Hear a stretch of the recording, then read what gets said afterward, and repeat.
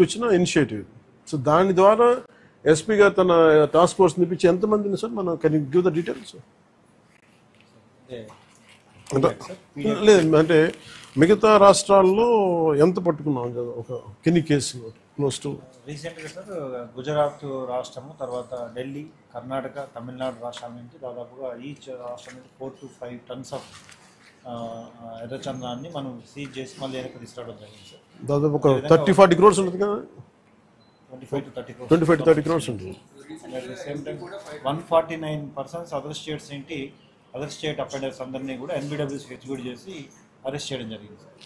తర్వాత ఈ మధ్యకాలంలో మనం టాస్క్ ఫోర్స్ 83% కన్విక్షన్ని మనం రీచ్ అవ్వడం జరిగింది సార్.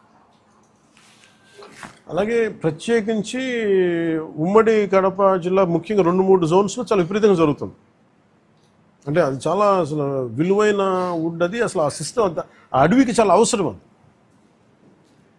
ఒకటి నేను గవర్నమెంట్తో మన డిపార్ట్మెంట్ ఫారెస్ట్ డిపార్ట్మెంట్ అధికారులతో కూడా చెప్పింది ఏంటంటే, మొన్న రివ్యూ మీటింగ్లో కూడా ప్రత్యేకించి పేషి నుంచి నేను మాట్లాడుతుంది, ఎర్రచందనం ఏదన్నా సరే మిగతా అవసరాలకు కావాలంటే తోటల్లో పెంచుకోవచ్చు, ఫామ్స్లో పెంచుకోవచ్చు, మేబీ అది వాళ్ళు వాడుకోవచ్చే. కానీ ఇది మటుకు ఈ అడవులకే పరిమితం అయి ఉండాలి, ఎందుకంటే ఈ ఎకో సిస్టమ్ని, ఈ బయోడైవర్సిటీని కాపాడేది మొక్క.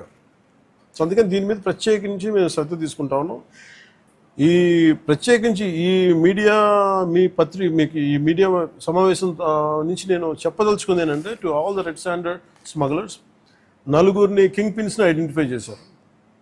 ఇట్స్ వాళ్ళని ఎలా పట్టుకోవాలి, ఏం తీసుకురావాలని దాని మీద చెప్పే కాదు కాబట్టి అవి టాస్క్ ఫోర్స్ కానీ state police and with the help of forest department దాన్ని తీసుకెళ్తారు ముందుకి.